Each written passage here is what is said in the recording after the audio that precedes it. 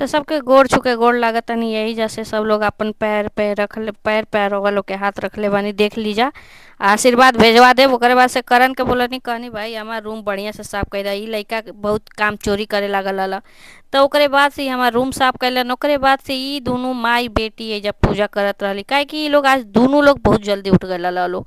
ओकरे बाद से ई फिर लोग के हम हाय वाय बोले कि करैनी, भाई हमरो फिर के देखनी कि गोड़ अरे होके के ई तो बाटे लगा मुल्तानी द। मिट्टी लगौले ओकरे बाड़न। बाद से लगैले के बाद हम गईनी नहाईनी, नहा के फट से आईनी और फिर अपन अहे बाल के झपकते।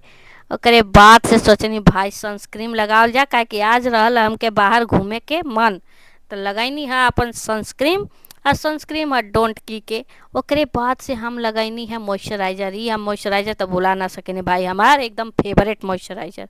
मॉइस्चराइजर लगैले के बाद हम सोचनी कि थोड़ा सा हम अपन गाल लाल कैली। वैसे कैसे दिखी अगर गाल ना लाल हो, गाल लाल हो तबे ना लाली लाली होटवा से चुए लाल लैया हो कीरा से चुएला। ओकरे बाद से सोचनी कि लिपस्टिक लगा ली भाई।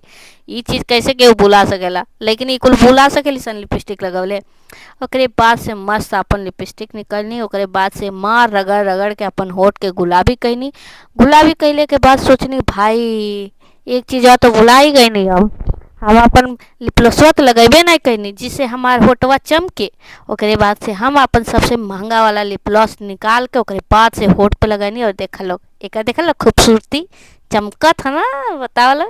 इसे फिर हम के खूब बढ़िया से अपने होठ पे लगा के ओकरे बाद से कहनी। ओकरे बाद से हम कहनी अरे भाई रे हम तो भुला ही गई नहीं, मेन चीज़ तो लगेबे नहीं कैनी। ओकरे बाद से मांग में सिंदूर लगैनी, काहे कि लोग के पता होके के चाहे कि हम भाई शादीशुदा बानी।